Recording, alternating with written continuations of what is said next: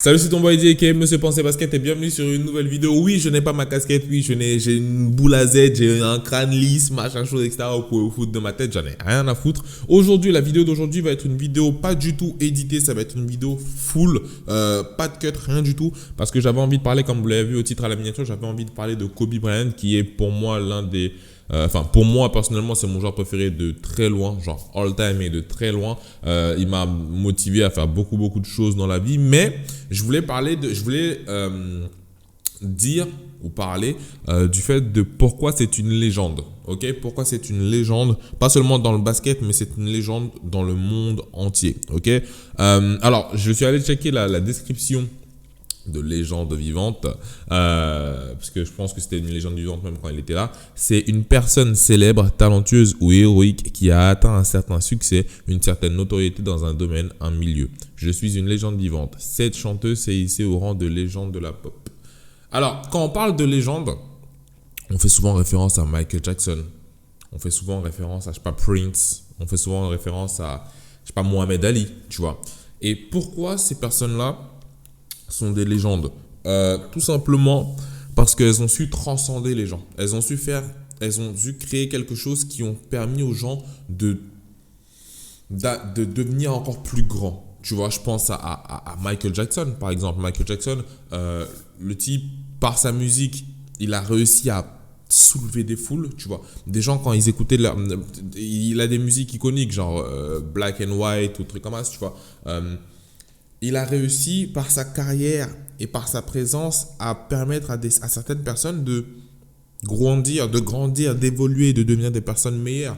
Pareil pour Prince, pareil pour Mohamed Ali, tu vois. Même si bien évidemment il y avait certaines personnes qui n'étaient pas d'accord. Tu peux pas, à partir du moment où tu sais que même je sais pas, le pape, qui est censé être la personne la plus aimée au monde, même si tu sais que le pape même a des haters, tu vois, absolument tout le monde aura des haters, tu vois. Et du coup, pourquoi je pense que Kobe est une légende vivante, enfin une légende tout court même, puisque maintenant il n'est plus là, c'est que Kobe, par sa présence, il a réussi à tous nous faire nous transcender. Ok, on va partir de la base, tu vois. Parce que pourquoi je fais cette vidéo, c'est parce que je regardais une vidéo de Kobe ce matin, tu vois, et je me suis dit, mais ce type nous a tellement impacté que comment ne pas le mettre au rang de légende, tu vois, et comment ne pas en parler, comment ne pas vous en parler, tu vois, pour que vous me dites aussi ce que vous pensez en dessous dans les commentaires, tu vois. Et comme je l'ai dit, ce sera une vidéo pas du tout éditée, je vais juste me poser et parler, et vous allez me dire ce que vous en pensez, tu vois. Et commençons par la base, ok. Kobe, de base, il jouait au foot, ok. Après, parce qu'il est né en Italie, du coup, après, il est né en Italie, ou il est né aux États-Unis, après, il est venu en Italie, ou je sais pas, soit c'est l'un, soit c'est l'autre. Et en tout cas, il a grandi en Italie, à Milan, ou un truc comme ça, parce qu'il était fan du Milan AC. Il jouait au foot, il était nul au foot. Du coup, il s'est mis au basket. Et au basket, il était plutôt pas mal. Ok. Après, il y a eu son histoire quand il a commencé les tournois, enfin, ce qui s'apparentait aux tournois AAU, les tournois universitaires où tu as plein de où t'as plein de lycéens qui jouent les meilleurs lycéens du monde, enfin, des États-Unis qui jouent. Et il n'était pas bon. Il savait qu'il n'était pas au niveau, tu vois. Et il s'est dit quoi? Il va se donner un plan de 2 ans. Ok, il va se donner un plan de 2 ans. Ces 2 années-là, tous les jours que Dieu a créé, il va bosser. Ok. Et en faisant ça, tu fais le calcul très vite.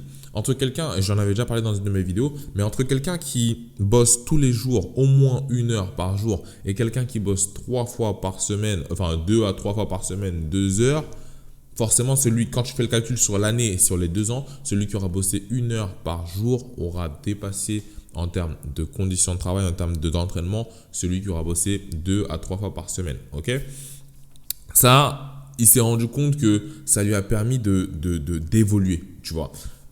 Ensuite de ça, il y a une histoire que Kevin Hart racontait. Je ne sais pas si vous avez déjà vu ça, mais Kevin Hart racontait un truc la fois où il a joué avec Kobe, parce que Kevin Hart, il vient de Philadelphie, tu vois, et Kobe aussi, il venait de Philadelphie. Et il dit comme quoi il a fait un camp d'entraînement de 2 3 jours avec Kobe. Et à la fin du camp d'entraînement, tu vois, la façon dont il raconte, c'est archi marrant, mais je vais faire vraiment en short. À la fin du camp d'entraînement, ils ont fait un match. Tu vois, ils ont fait un match et Kevin Hart, il essaie de trash talk Kobe. Genre, ouais, t'as vu, moi aussi, je pense que je pourrais aller en NBA, t'es pas le seul, machin chose, etc., etc. Et à la fin de l'entraînement, le coach dit, c'est bien ce que vous faites, hein, c'est bien, vous avez montré de l'endurance, enfin voilà, de l'envie, etc. Mais personne n'a été au niveau de Kobe Bryant parce que personne n'a remarqué durant tout le camp d'entraînement, Kobe a décidé de tout faire de la main gauche. Vous vous rendez compte de la dinguerie. En gros, il vient un camp d'entraînement où normalement, tu dois avoir peut-être les meilleurs, tu vois, ou en tout cas un bon niveau. Et lui, il a décidé durant ce camp d'entraînement de 3 jours de tout faire de la main gauche, de perfectionner sa main gauche, tu vois. Parce qu'il restait pas là. Lui, il avait pas ce spectre de cet instant-là. Il avait ce spectre de plus tard, de, ok, sur la longue durée, comment je peux faire pour évoluer. Tu vois, je vais pas évoluer maintenant, mais je vais évoluer au fur et à mesure. Au fur et à mesure, au fur et à mesure. Aujourd'hui, je fais ça, demain, je fais ça, après-demain, je fais ça, tu vois. Et fast forward, on avance, il arrive en NBA. Quand il arrive en NBA, il a absolument peur de personne, ok? Il arrive en NBA et on se souvient tous des airballs qu'il met contre le Jazz de Utah. C'était contre le Jazz de Utah, si je dis pas de bêtises. Mais il a mis 3 ou 4 airballs ou un truc comme ça. Et qu'est-ce qu'il fait? Il décide d'aller s'endurcir. Il décide de prendre du gab, ok? Et après, il monte en gamme, il monte en gamme, il monte en gamme. Il gagne un trophée, 2 trophées, 3 trophées, repeat. Kobe et Shaq, le meilleur duo all-time, rien à dire. Moi, c'est rien à dire, tu vois. Et après, Shaq part. Après, quand Shaq part, je vous fais un petit récit pour vous dire, pour vous décrire un peu comment ne pas élever ce type pour rendre légende, tu vois. Quand Shaq part, il reste tout seul. Enfin, il reste tout seul, non. Il reste tout seul, mais il y a des joueurs. Mais voilà, c'est lui le patron maintenant, tu vois. Et puis, il y a cette histoire d'une femme que je ne vais pas dire que c'était un mensonge ou quoi que ce soit. Hein. Je dis juste qu'il y a cette histoire d'une femme qui dit comme quoi Kobe l'a violée. Ok? Kobe l'a violée ou Kobe lui a fait des attouchements, des trucs comme ça. Et du coup, ça crée procédure pénale. Tu vois, on commence Kobe fait les allers-retours entre le Colorado et son équipe. Tu vois, pour justement, par rapport à cette histoire en justice, il va très souvent au Colorado pour parler avec la juge, etc., etc. Et ça met un gros coup dur dans sa carrière. Surtout dans sa... Parce qu'en fait, ce qui met un gros coup dur dans sa carrière, c'est pas cette histoire. Enfin, c'est pas elle, c'est pas la personne qui a créé ça. C'est son histoire avec sa femme. Parce qu'il faut savoir que Vanessa Bryant n'a connu aucun autre homme que Kobe dans toute sa vie, jusqu'à sa mort, tu vois. Et petite anecdote, Vanessa Bryant et Kobe Bryant se sont connus sur un tournage du clip de Beyoncé. Voilà. Mais ouais, le truc, c'est que il aimait énormément sa femme, tu vois. Et à cette époque-là, cette histoire commençait à... Tu vois, il aurait pu avoir un divorce, tu vois. Du coup, il n'était pas du tout bien. Histoire qui a été... enfin, après, je sais pas comment ça s'est passé. Je sais pas si la femme a vraiment refusé de continuer les poursuites ou si... Je ne sais pas. En tout cas, l'histoire a été classée et Kobe a été innocenté, ok? Mais à cette période-là, Kobe n'était pas du tout bien. Et ça, c'est Tracy McGrady qui raconte ça. Cette histoire-là a créé la naissance du Black Mamba. Pourquoi? Parce que il jouait hyper mal, ok? Il jouait hyper mal, il n'était pas bien, etc. Et c'était un soir, si je ne dis pas de bêtises, de février ou de janvier. Non, c'était un soir de février. Je ne dis pas de conneries. C'était un soir de février et il jouait contre le Magic d'Orlando de Tracy McGrady. Tracy McGrady était on fire sur ce match-là. Tu vois, on fire à la mi-temps. À la mi-temps, il rentre dans les vestiaires, tu vois. Il rentre dans les vestiaires et Shaq dit à Kobe, mon gars, je peux nous tenir, hein. Mais non, je suis un ouf. Shaq dit pas ça. Non, Shaq, je sais même pas si Shaq était là. Non, Shaq n'était pas là. Faut pas que je dise de bêtises. Peut-être que je confonds les histoires. Mais je sais qu'en tout cas, non, Shaq n'était pas là. C'était T-Mac contre Kobe.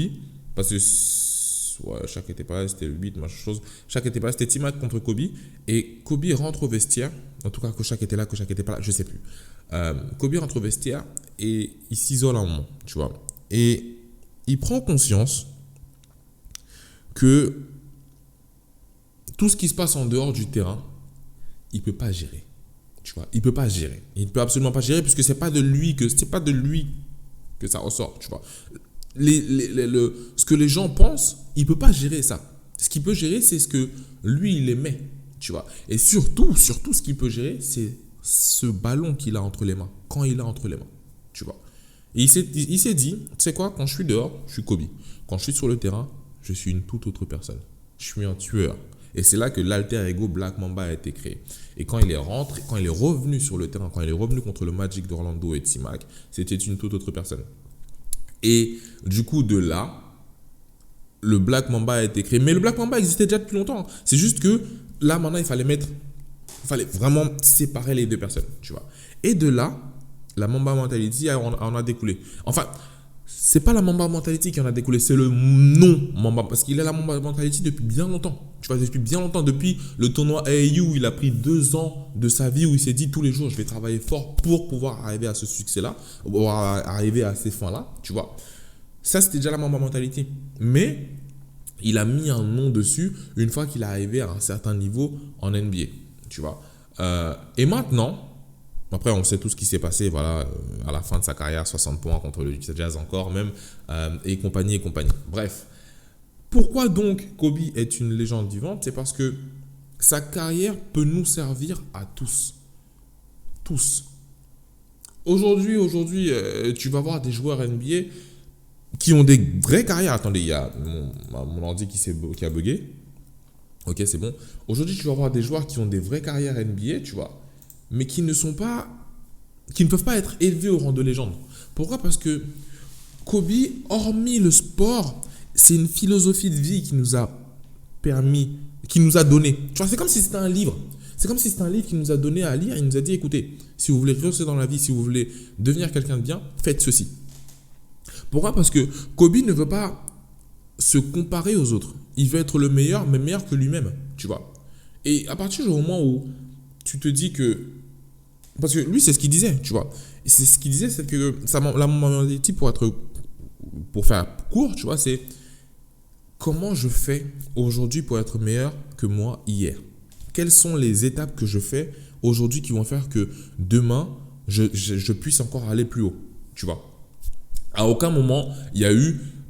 à aucun moment, Kobe va te dire, enfin, en tout cas, des interviews que j'ai regardées, tu vois, à aucun moment, il a dit qu'est-ce qu'il va faire, qu'est-ce qu'il peut faire que je puisse battre, qu'est-ce qui peut faire que je puisse être meilleur que X ou Y, tu vois. C'est pas sa mentalité première. Sa mentalité première, c'est comment je fais pour être le meilleur moi, tu vois. Comment je fais pour être meilleur que moi hier. Tu vois. Et après, forcément, logiquement, si tu veux être le meilleur, tu dois battre les autres. Du coup, forcément, ça va créer ces ramifications-là. Mais la base, ce n'est pas je veux être meilleur que les autres. La base, c'est comment je fais pour être mieux que ce que je n'étais hier. Tu vois. Et la même chose dans sa carrière, là, cette histoire dans le Colorado, tu vois. On peut l'appliquer aussi à nos vies en vrai, à nos vies nous, tu vois. Dans le sens où quand tu ne peux pas maîtriser quelque chose, ça ne sert à rien de te prendre la tête là-dessus. Kobe le savait. Il ne peut pas maîtriser ce que la juge va penser. Il ne peut pas maîtriser ce que les médias vont penser. Je ne peux pas me prendre la tête avec ça. Et on doit tous faire la même chose. Moi, je suis créateur de contenu aujourd'hui. Demain, si quelqu'un m'insulte en mode ouais, il est trop claqué, etc., etc., je ne peux pas gérer ça. Et pourquoi je dis ça? C'est parce que hier, tu vois, j'ai eu une petite... vite fait, je me suis fait un peu troll sur Twitter, tu vois, ça m'a agacé. Et j'aurais clairement pas dû être agacé comme ça, tu vois, parce qu'après j'ai envoyé des DM, un DM au gars, à un des gars qui m'a agacé, tu vois, et il m'a dit qu'il rigolait, mais bon, c'était pas forcément marrant, mais j'aurais pas dû réagir comme ça parce que c'est des trucs que je peux pas gérer, tu vois. Aujourd'hui, il y a plein de gens qui sont 1000 fois plus forts que moi. Et qu'est-ce que j'en ai à foutre, tu vois. Aujourd'hui, forcément, si je continue à grossir comme ça, et d'ailleurs, merci à vous, parce que c'est grâce à vous que je grossis, que j'ai de l'attraction comme ça, que je commence à avoir une dizaine de milliers de followers, peut-être des centaines de milliers de followers bientôt, je ne pourrais pas gérer les émotions, je ne pourrais pas gérer les trolls de X ou Y personnes, tu vois. Parce que ce que je vous transmets, ce que je vous émets, c'est vous qui faites la perception des choses, tu vois. C'est vous qui voyez comment vous me voyez, tu vois. Je peux pas venir dans la tête de quelqu'un et dire hey, je ne suis pas comme tu penses. Et je pense qu'on peut tous réagir comme ça, tu vois. Mais aussi un autre point dans la carrière de Kobe, tu vois. Je vous énumère un peu ces points-là. Pourquoi? Parce que c'est pour ça que je pense que c'est une légende. Tout ce qu'il a fait dans sa carrière, tu peux le corréler à ta vie et t'en servir pour devenir meilleur. Et à partir du moment où tu réussis à faire ça, à partir du moment où tu réussis à impacter la vie des gens à ce point-là où les gens peuvent se comparer à toi ou s'identifier à toi sans forcément penser à ta carrière, parce que tu n'es plus obligé de penser à la carrière de Kobe pour dire que c'est une légende. Tu vois, c'est une légende par sa philosophie de vie, tu vois. Je pense qu'à partir du moment où tu arrives à ce point-là, t'es indubitablement une légende. Tu vois. Et une autre, enfin, la dernière chose que je voulais dire, tu vois, c'est que regardez comment, à chaque fois qu'il a eu un souci, tu vois, et ça, c'est vraiment à appliquer à tous, surtout dans notre période là où on veut tout de suite.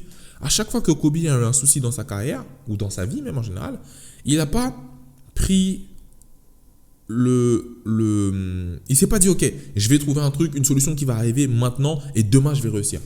Ce qu'il s'est dit, c'est que, ok, quand il a fait les tournois AAU, il s'est rendu compte que, vas-y, j'ai pas encore le niveau, tu sais quoi, je vais me donner 2 ans et dans ces 2 années-là, je vais être au top. Ok? Quand il a fait son année de lycée, il s'est donné encore du temps en jouant en 1v1 avec ses coéquipiers, en faisant ceci, en faisant cela. Arrivé en NBA, il s'est encore donné un certain temps, parce que je me rappelle dans une interview, il disait quand je suis arrivé en NBA, j'avais pas forcément le gap, etc. Il s'est donné un certain temps pour avoir le gap, pour continuer à travailler sur ses skills. Quand quelque chose ne va pas, ou quand vous n'arrivez pas à faire quelque chose, ou quand vous avez du mal sur quelque chose, ne vous dites pas, il faut que je trouve une solution tout de suite. Quand vous êtes dans une solution, quand vous êtes dans un moment où vous n'allez pas bien, ne vous dites pas, je vais trouver une solution tout de suite. Prenez le temps. Prenez le temps de faire les choses petit à petit. Comme on dit souvent, Paris ne s'est pas construit en une seule journée. Prenez le temps de... Ok, je ne suis pas fort au basket aujourd'hui, mais tu sais quoi? Je vais jouer aujourd'hui, demain, après-demain, après-demain, pour que dans 1 an, je puisse voir les progrès. Je ne suis pas bon en montage vidéo, ok, ben je vais monter un peu tous les jours et apprendre un peu à gauche, à droite. Pour que dans 1 an, ok, ainsi de suite, ainsi de suite, ainsi de suite, ainsi de suite. Si vous voulez, je vous mets en dessous dans la description la playlist que j'ai de Kobe, où il y a plein de ses interviews dedans, je crois qu'il y a une 20aine de vidéos. Et une semaine ne passe pas sans que je regarde une de ces vidéos-là, tu vois. Parce que c'est impactant. C'est impactant et ça te remet vite les idées en place. Tu dis, ok, je ne peux pas arriver à 10 000 de aujourd'hui à demain, tu vois. Et dans notre génération Internet où on a tout envie de tout avoir, tout de suite, etc., c'est bien d'avoir ça en tête. C'est bien de se dire, il faut savoir prendre le temps de faire les choses. Pareil pour le sport, j'ai envie de devenir stock, je ne vais pas devenir stock du jour au lendemain. D'ailleurs, dédicace à Jérémy Iseux. Parce que il y a beaucoup des créateurs de contenu, je sais que vous allez regarder cette vidéo, tu vois, je vous regarde tous de loin et j'apprécie énormément ce que vous faites parce que vous prenez le temps de faire les choses. Dédicace à Jérémy Iseux, pourquoi? Parce que il a recommencé à bosser son game et il a lâché un post là récemment où il a fait un moulin à vent. Tu vois, il a dit ça faisait 3-4 ans que je ne l'avais pas fait. Tu vois. Mais il a pris le temps de. Tu vois. Pareil pour Obsidia, il est en train de créer un terrain. Il aurait pu aller chercher la solution facile. Je vais payer quelqu'un et il va le faire. Non, il prend le temps de. Parce qu'il sait qu'il y a un objectif encore plus grand derrière. C'est par étapes. Tout est par étapes. Voilà. Je pense que je vais arrêter cette vidéo-là parce que ça fait déjà presque 20 minutes que je suis là. J'espère que cette vidéo vous aura plu. Je sais pas, peut-être que c'était un peu trop long, mais j'avais envie de parler de ça. Je sais pas, peut-être que ça vous plaira, peut-être que ça vous plaira pas, mais au moins, j'ai kiffé. J'ai kiffé vous en parler. Je voulais faire un truc en plus. Je suis en train de les écrire. Une corrélation entre Kobe et la psychologie. Bon, bref, je vous expliquerai un petit peu plus en détail quand j'aurai fini d'écrire tout ça et quand j'aurai un petit peu bossé le concept. Mais j'espère que cette vidéo vous aura plu. Si elle vous a plu, n'hésitez pas à lâcher un petit pouce bleu en dessous de la description. À vous abonner, bien évidemment. Ça fait toujours plaisir. Et moi, je vous dis à demain pour une autre vidéo. Ciao! Non, je suis en ouf. Comment ça, ciao? Comment ça, ciao? J'allais couper la vidéo comme ça. Non. On va pas casser les bases. C'était votre boy Eddie. Je vous souhaite le meilleur. Et n'oubliez pas, pensez basket.